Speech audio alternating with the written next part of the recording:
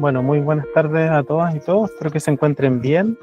Queremos agradecer el que estén hoy día acá acompañándonos en la sesión sincrónica, en la cual vamos a cerrar el último módulo del curso de capacitación que corresponde al módulo de gestión legal.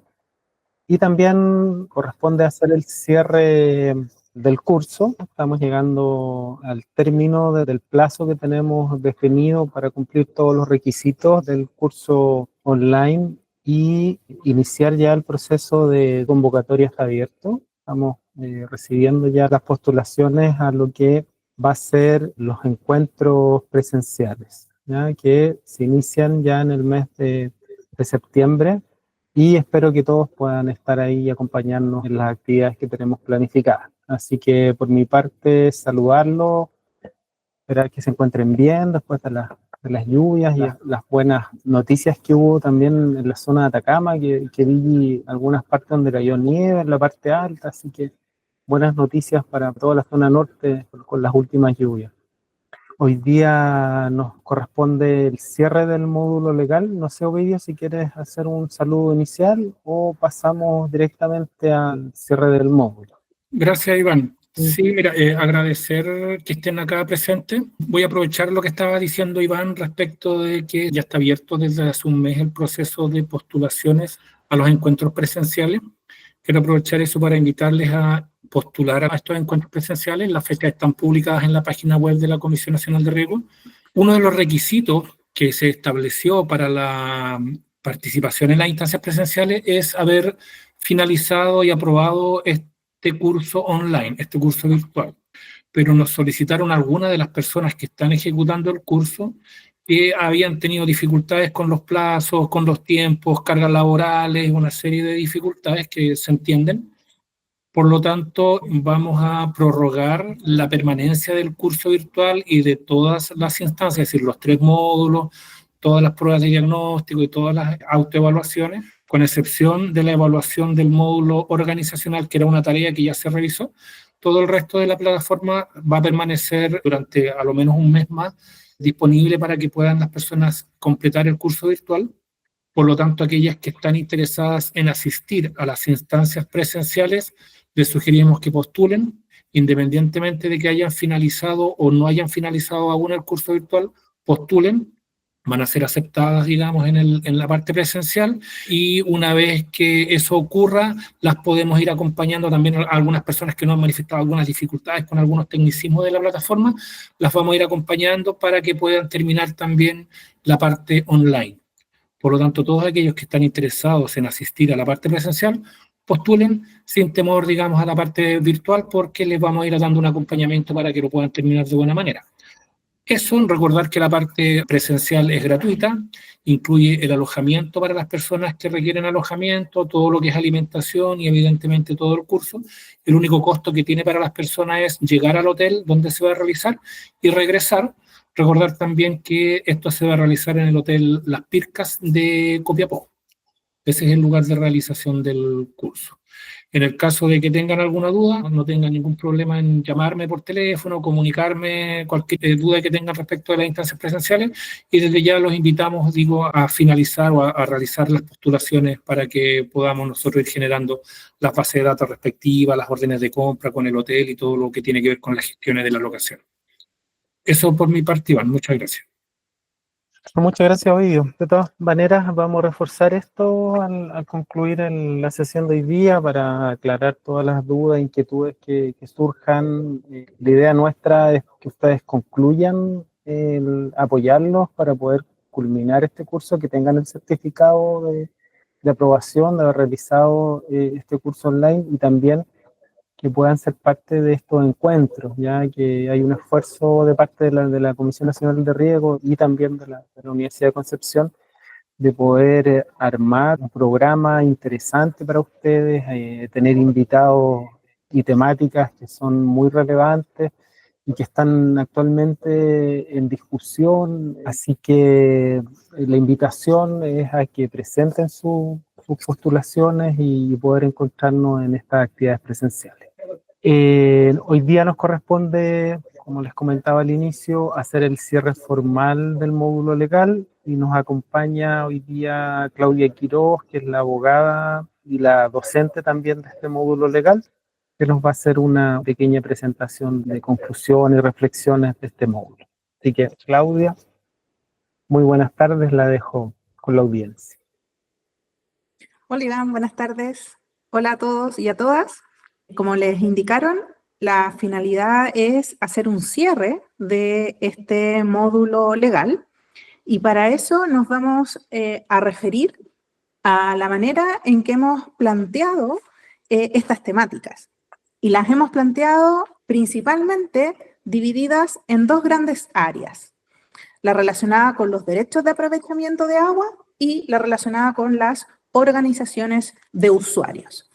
En relación a los derechos de aprovechamiento de agua y relacionado con la normativa, específicamente con la historia de la normativa de derechos de agua en Chile, nos remontamos incluso a los tiempos de la conquista de América, en el caso que las mercedes eran otorgadas por la corona, que se regulaban por las leyes de Indias o supletoriamente por las leyes de Castilla, y también se revisaron las primeras disposiciones de la época de la independencia, para llegar luego al análisis de la codificación, principalmente códigos del año 51, 1969, 81, que es el código que actualmente nos rige, y también una revisión de las principales leyes que lo han reformado, y también haciendo referencia a otros cuerpos normativos como reglamentos, resoluciones y circulares de la Dirección General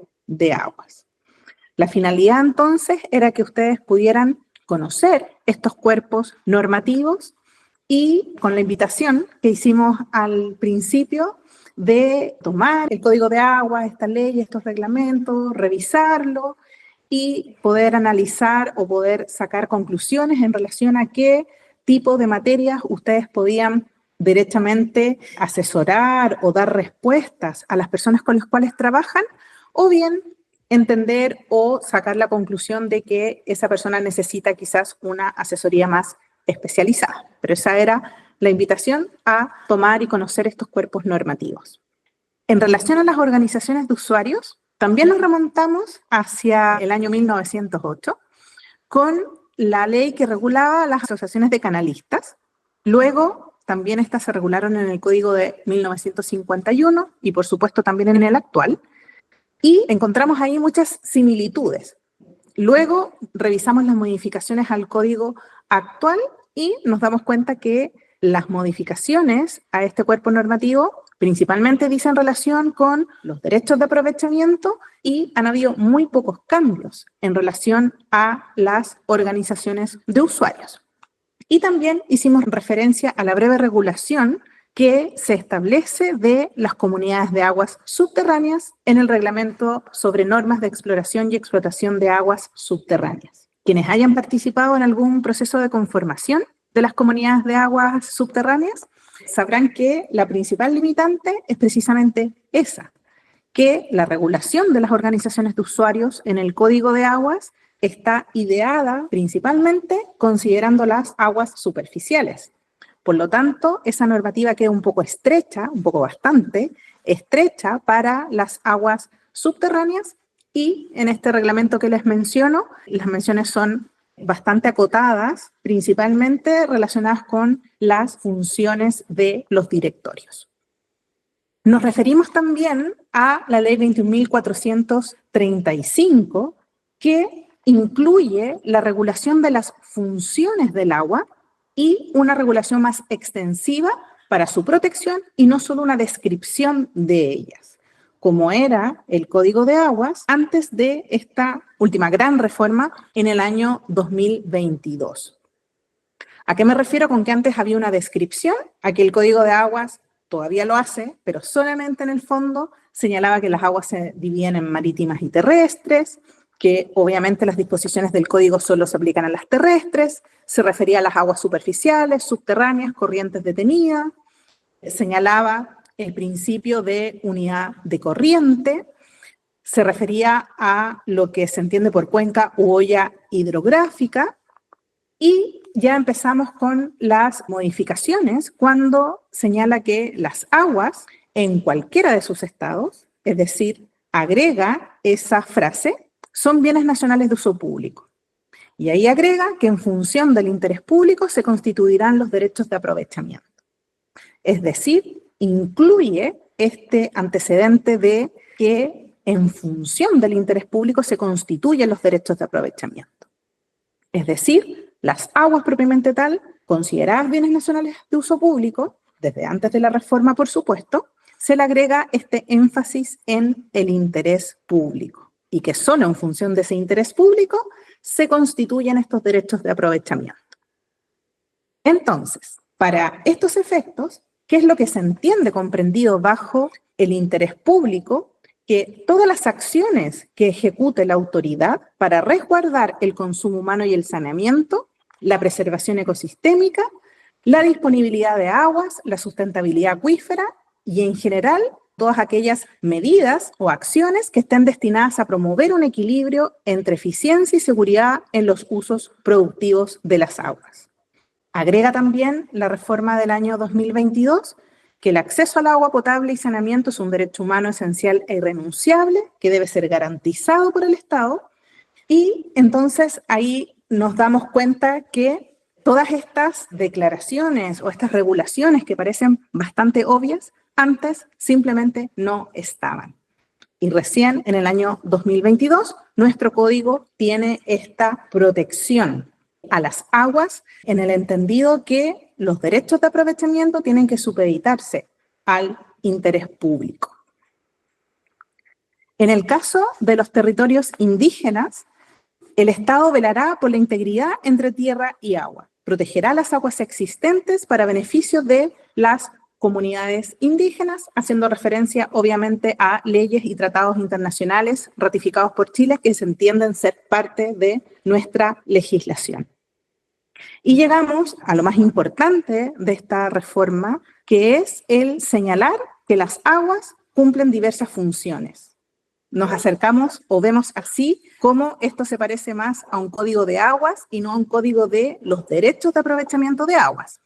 ¿Y qué se entiende entonces por estas funciones? Lo esencial es que establece una priorización.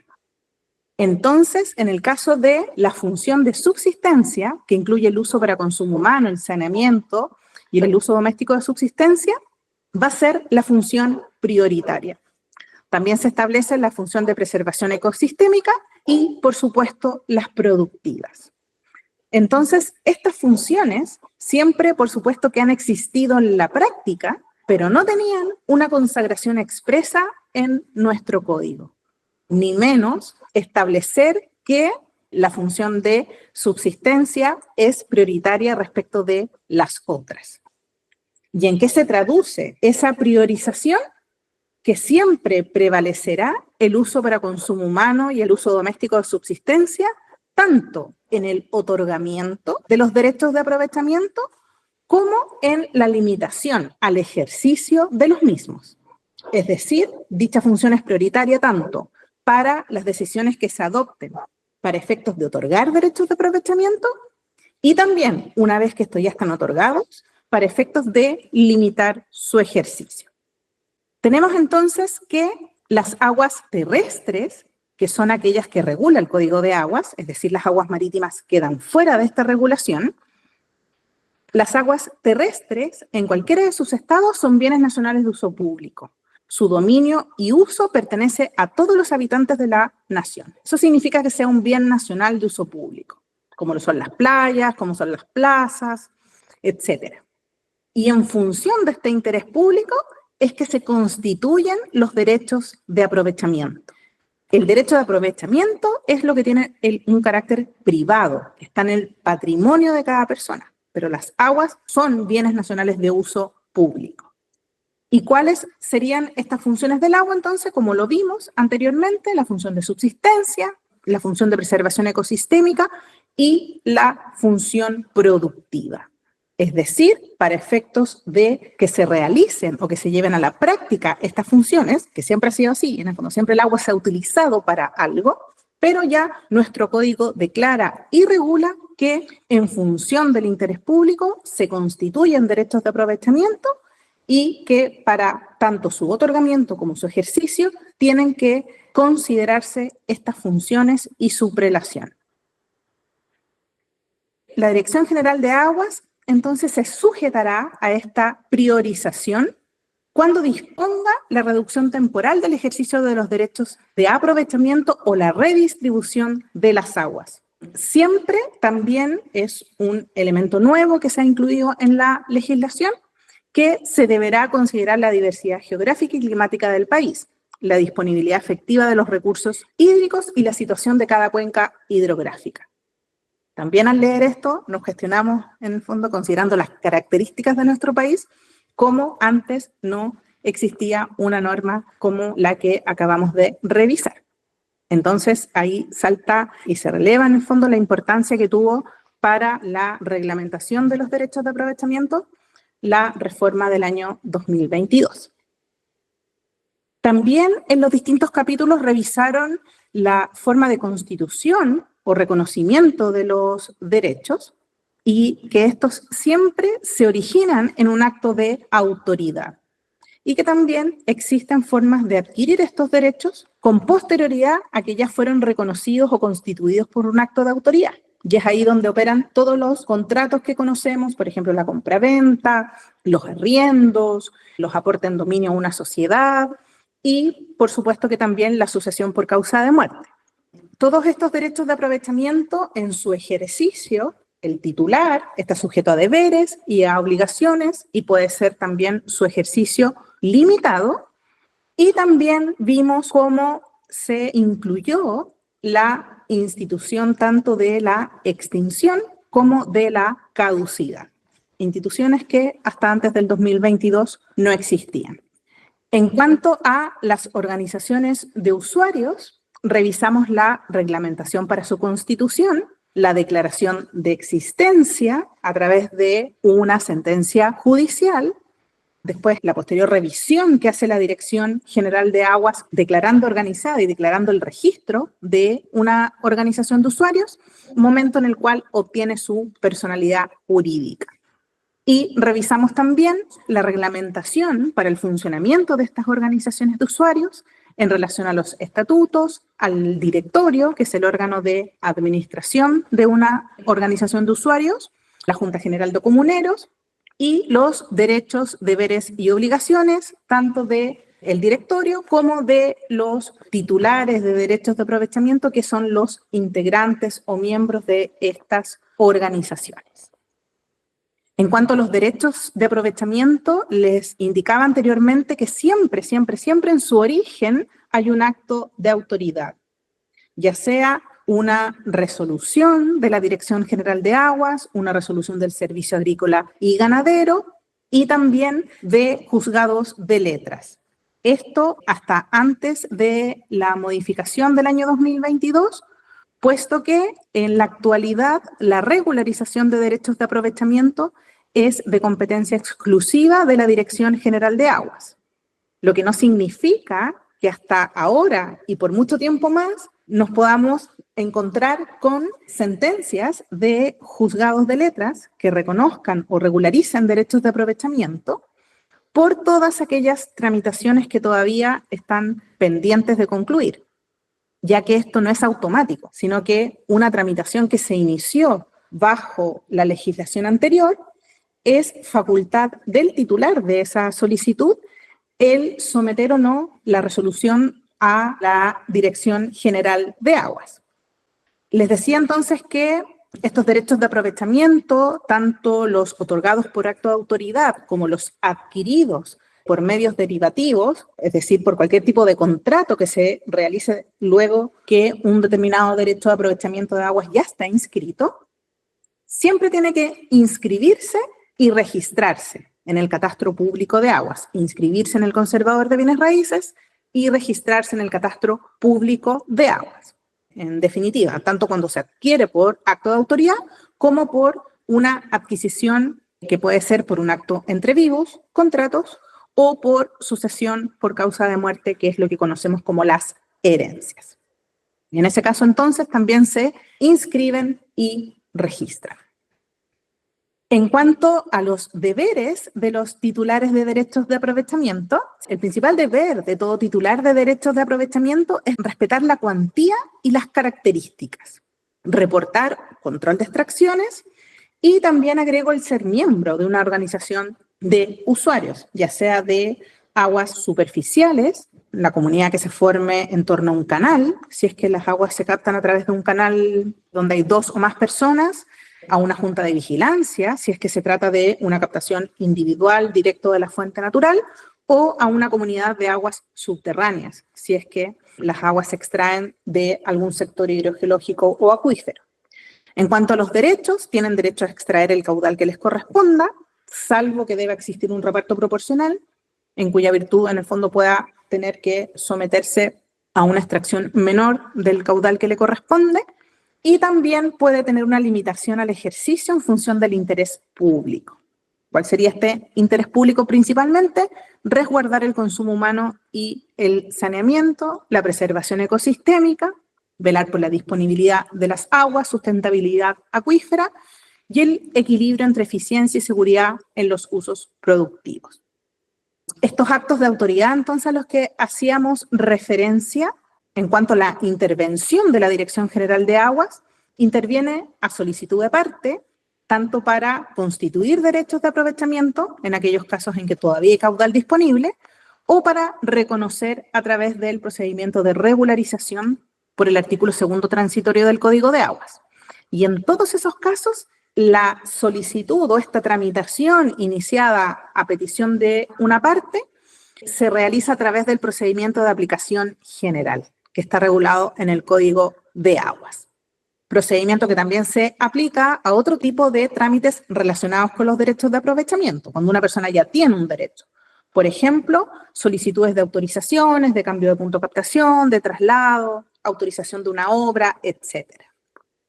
En el caso de estos derechos que ya estén inscritos, todo acto o contrato que se celebre respecto de ellos debe celebrarse por escritura pública una vez que ya está inscrito, excepto en el caso de los derechos provisionales, porque esos derechos no deben ser inscritos y por lo tanto se transfieren por escritura pública, pero de ese cambio solamente se materializa o se presenta ante la Dirección General de Aguas para efectos de cambiar el registro en el catastro público de aguas.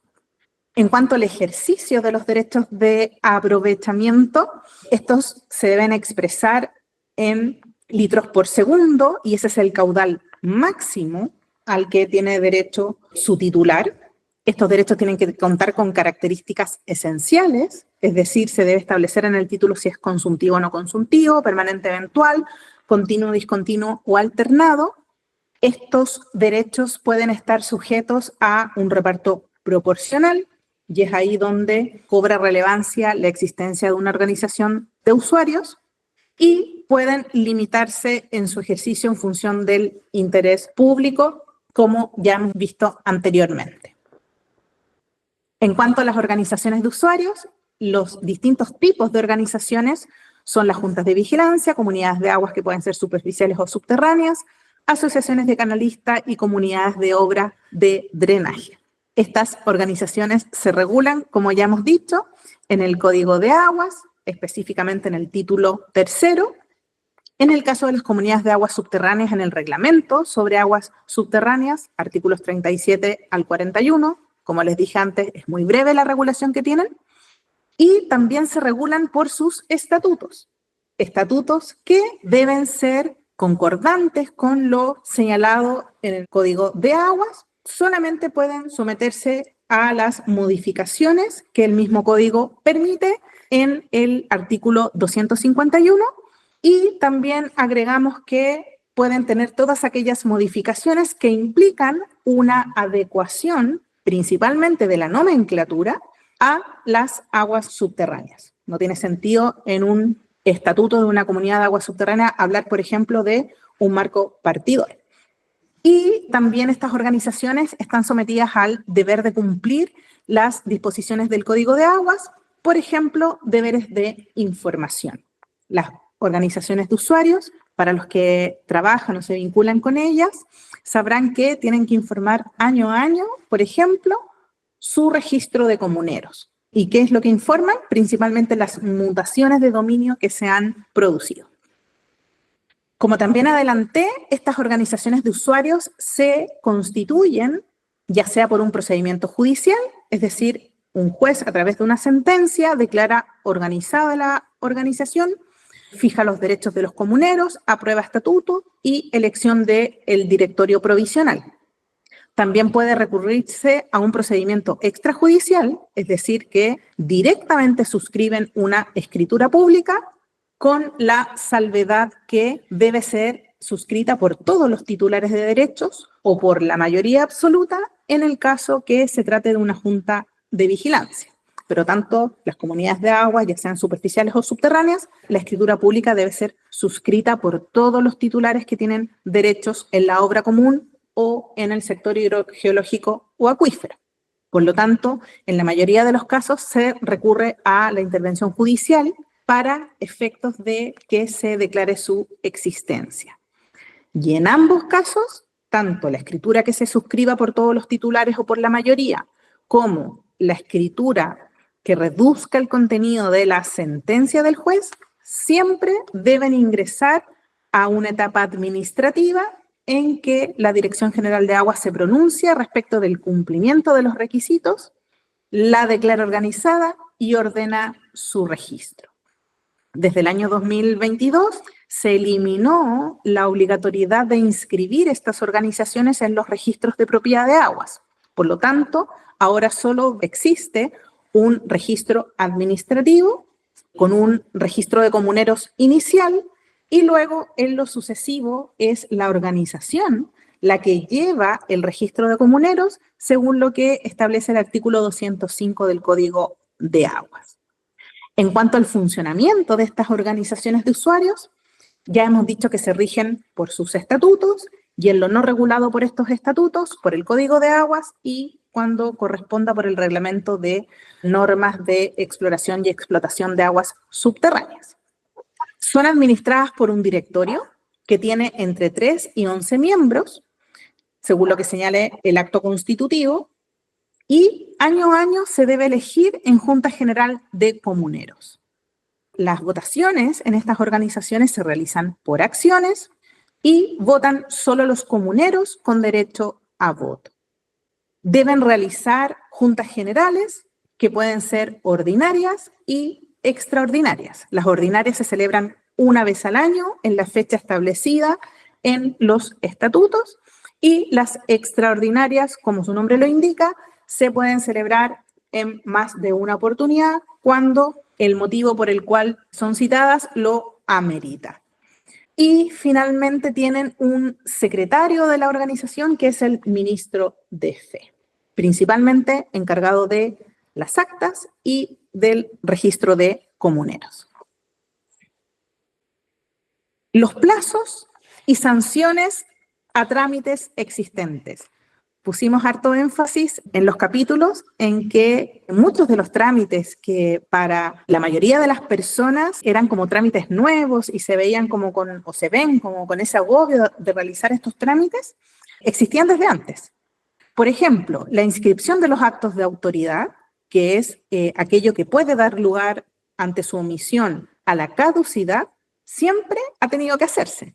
Las resoluciones del director general de aguas que constituyen un derecho siempre ordenan su inscripción y el código también así lo establece. ¿Cuál es el plazo que se estableció en la reforma al Código de Aguas por la Ley 21.435 y finalmente por sus modificaciones? Porque el plazo fue cambiando antes del 6 de abril del 2027. ¿Y cuál es la sanción? La caducidad del derecho de aprovechamiento. ¿Qué significa la caducidad? Que vencido el plazo, los conservadores de bienes raíces por ley van a estar impedidos de admitir a trámite esa inscripción. Por lo tanto, tenemos un trámite que existía con anterioridad a la Ley 21.435 del año 2022, pero que no tenía un plazo asociado ni menos una sanción. Lo mismo sucede con la inscripción en el Registro Público de Derechos de Aprovechamiento de Aguas del Catastro Público de Aguas de la DGA. Siempre ha existido la obligatoriedad de registrarlos. El punto es que no tenían una sanción asociada más allá de impedir a su titular la realización de ciertos trámites. Pero aquellas personas que no se veían en esa necesidad no tenían ninguna sanción. Aquí también es muy importante destacar que si estamos hablando de registro en el Catastro Público de Aguas, es porque el derecho ya está inscrito en el Conservador de Bienes Raíces. Por lo tanto, nunca la sanción a la falta de registro en el catastro va a ser la caducidad, porque el derecho ya está inscrito. El plazo antes del 6 de abril del 2027 y la sanción entonces no es la caducidad, sino que es una multa. Y por supuesto que también tenemos que considerar también como una especie de sanción el hecho que no se pueden realizar ciertos trámites sin que este derecho esté registrado en el Catastro Público de Aguas. En cuanto a la regularización de los derechos de aprovechamiento, también son trámites que existen desde que se dictó el Código del año 1981 y en una rareza de nuestra legislación se trataba de normas transitorias sin un límite temporal. O sea, por definición, una norma transitoria debe traer aparejada una temporalidad. En este caso, la aplicación tanto del artículo 2º y 5º transitorio no tenían ningún plazo para su realización. Otra modificación que se hizo al respecto, que también la mencioné anteriormente, es que ahora se trata solamente de procedimientos administrativos. Y además, en el caso del 5º transitorio, sale el servicio agrícola y ganadero de estas tramitaciones y son 100% tramitadas ante la Dirección General de Aguas sin perjuicio a la facultad que tiene este servicio de solicitar informe a el servicio agrícola y ganadero. Aquí el plazo es el mismo, después de las modificaciones que se hizo a la ley 21.435, con la única diferencia que aquí el plazo es para presentar la solicitud, no, por supuesto, para tener el trámite finalizado. ¿Y cuál es la sanción? Que no podrán ser admitidas a tramitación por la Dirección General de Aguas. Los dos trámites que sí se pueden considerar como trámites nuevos, incluidos por la ley 21.435, es la anotación al margen de cada inscripción de derechos de aprovechamiento de aguas del hecho de encontrarse registrada en el Catastro Público de Aguas. Es decir, una persona cuando inscribe su derecho en el Conservador de Bienes Raíces, luego lo registra en el Catastro Público de Aguas, esa inscripción debe tener constancia del número del certificado en que se encuentra registrado en el Catastro Público de Aguas. Este entonces es un trámite efectivamente nuevo y la sanción aquí es simplemente que su titular no va a poder disponer de este derecho mientras no cuente con esa anotación marginal. Y finalmente, el trámite que debe realizarse para efectos de inscribir derechos que estén incluidos en el listado de una organización de usuarios de agua. ¿Qué significa esto? Significa que todos los listados de las organizaciones de usuarios, que principalmente o al menos deben indicar el nombre del titular y la cantidad de acciones que tiene en una organización, esos derechos, hasta antes de la ley 21.435, eran o podían ser objeto de transferencias, transmisiones, y en ese caso se generaba una inscripción individual a nombre del nuevo adquirente. O también un titular, sin disponer de ese derecho, es decir, sin desprenderse de su dominio, también podía solicitar una inscripción individual, que era la establecida en el número 8 del artículo 114 del Código de Aguas. Esa posibilidad se eliminó y ahora la única alternativa para que una persona pueda inscribir el derecho que está incorporado en una organización de usuarios individualmente es que previamente la Dirección General de Aguas emita un informe. Con ese informe positivo en el fondo, pronunciándose favorablemente sobre esa solicitud, recién ahí el conservador de bienes raíces puede practicar esa inscripción individual. Inscripción individual que va a ser necesaria para realizar cualquier transferencia o transmisión. Es decir, si una persona fallece, esa inscripción va a ser necesaria para efectos de incluir ese derecho en el inventario de los bienes de este causante. ¿Cómo se realiza esa solicitud de informe? A través del mismo procedimiento de aplicación general, con publicaciones, va a haber una resolución que declara admisible, una vez declarado admisible se va a tener que publicar y ahí va a seguir el procedimiento que va a finalizar con este informe favorable de la Dirección General de Aguas. Y la sanción es que no se va a poder hacer esta inscripción individual sin ese informe. Es decir, los conservadores de bienes raíces ya no pueden aplicar el artículo número 8 del artículo 114 porque en el fondo ya está derogado y por eso es que se establece esta alternativa. Muchas gracias. Espero que esta síntesis haya servido para efectos de poder enmarcar todo lo que leyeron en los capítulos y que también les pueda permitir y motivar a inscribirse en los cursos presenciales, ya que van a ser instancias de poder reflexionar y hacer consultas relacionadas con estos temas. Muchas gracias, Claudia, por la síntesis muy pertinente para poder hacer el cierre de este módulo para los colegas que aún no han realizado o no han terminado la lectura de los capítulos. Yo creo que esto le ayuda mucho para poder entender el enfoque que tienen. Hay otros temas más que se abordan en los capítulos del módulo, pero esto es como lo central. Queríamos reflejar en ese capítulo creo yo que el más denso, que trata sobre las modificaciones, ¿ya? Y que es lo que habitualmente más preocupados están los agricultores en los territorios. Así que no sé si hay un espacio para que puedan hacer alguna consulta, si tienen alguna inquietud respecto a lo que nos presentó Claudia o sobre los mismos temas que se vieron en el módulo, pueden realizarla. Alguna aclaratoria, si han tenido alguna duda sobre las evaluaciones. Como les comentábamos al inicio, nuestro objetivo es que todos concluyan el curso, que puedan obtener su certificado, y para eso los vamos a estar también acompañando en las instancias presenciales, considerando esta extensión de plazo que vamos a realizar para que se pueda cumplir con todos los requisitos. No sé si alguien tiene una duda o consulta. Si es que no, bueno, muchas gracias, Claudia, por la presentación, por la síntesis, y espero que los temas planteados les cobre sentido a los que están trabajando, ya sea desde las mismas organizaciones o desde sus programas de transferencia.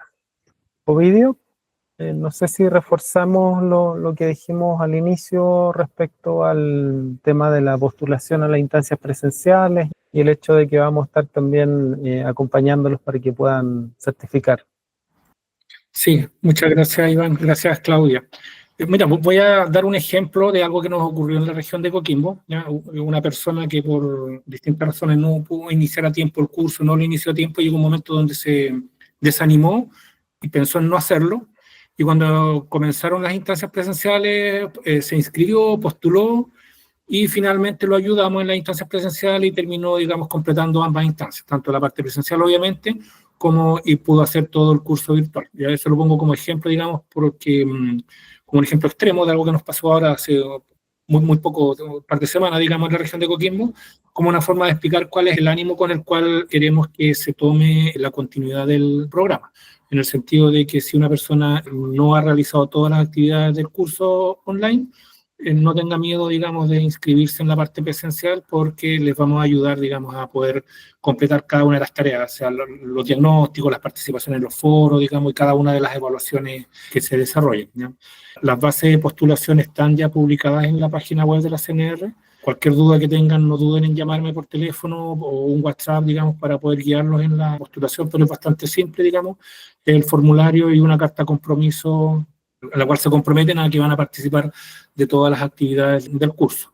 Eso, no sé si alguien tiene alguna duda respecto de estas postulaciones o de la participación en las instancias presenciales. La semana pasada estuvimos revisando con Loreto la participación de ustedes en el curso online.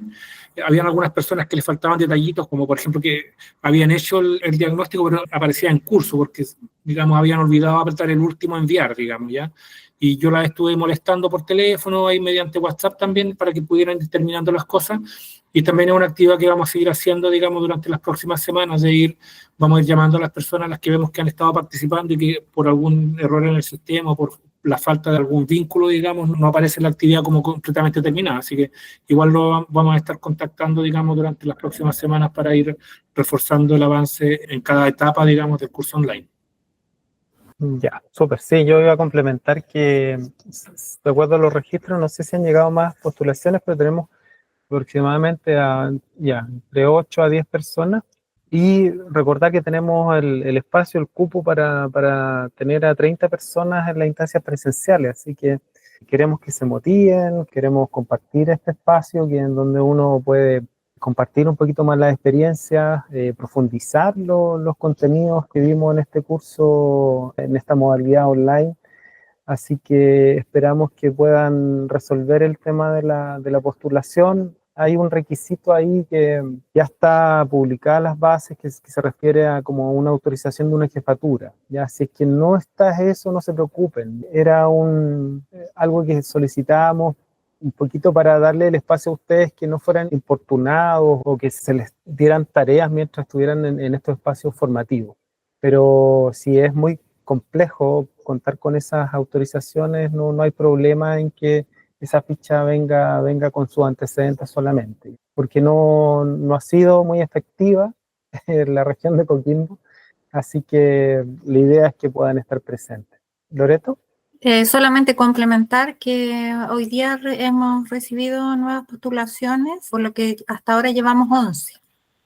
Y por otro lado, quería hacer énfasis en que la última actividad del curso es una encuesta en la que ustedes evalúan el curso online en los distintos aspectos respecto de cómo lo han podido abordar y del mismo contenido y del formato de la plataforma. Entonces, los quiero invitar a que también respondan esa encuesta, que es anónima, por lo tanto nosotros no vamos a saber qué persona hizo qué comentario o de qué forma lo evaluó. Es sencilla, la pueden hacer súper rápido. Además de la evaluación final, que son esas 15 preguntas, que son 5 de cada módulo, para que ante cualquier cosa también nos puedan consultar al correo si tienen alguna duda. Súper, muchas gracias. Ovidio. Complementar lo que decía Loreto, es que es súper importante para nosotros porque se está ejecutando también en otras regiones el curso online y por lo tanto los comentarios que ustedes hagan de él nos permite hacer mejoras importantes en lo que estamos realizando en otras regiones. Así que es súper importante que lo hagan de buena fe. Nosotros vamos a tomar todos los comentarios que hagan, las sugerencias que nos hagan para ir haciendo mejoras, porque es una plataforma, digamos, tiene sus complejidades, hay cosas que son buenas, hay cosas que no lo son tanto, pero siempre hay un espacio para mejorar, ¿ya? Así que es importante que nos colaboren con esa encuesta. Y también respecto de lo que decía Iván sobre la firma de la jefatura en el formulario de postulación, claro, lo que nos pasó en la región de Coquimbo, que hubo un par de personas que no postuló, habiendo cupos para postular, es decir, si hubieran postulado y hubiesen participado en las instancias presenciales, porque el jefe que mañana la firmo, salió con algún tipo de permiso, digamos, con algún tipo de licencia, venció el plazo de postulación y las personas no lo hicieron, digamos, y se olvidaron y después cuando nos comentaron dije, bueno, si hubieses postulado habrías quedado, porque en el fondo habían cupos, digamos, y en el fondo lo que se buscaba con esa firma no era dificultar la postulación, sino que era más bien, como decía Iván, garantizar de que las personas cuando estuvieran realizando el curso no fueran molestadas por sus jefaturas teniendo que volver a la oficina o realizar algún trabajo ahí mientras estaban capacitándose.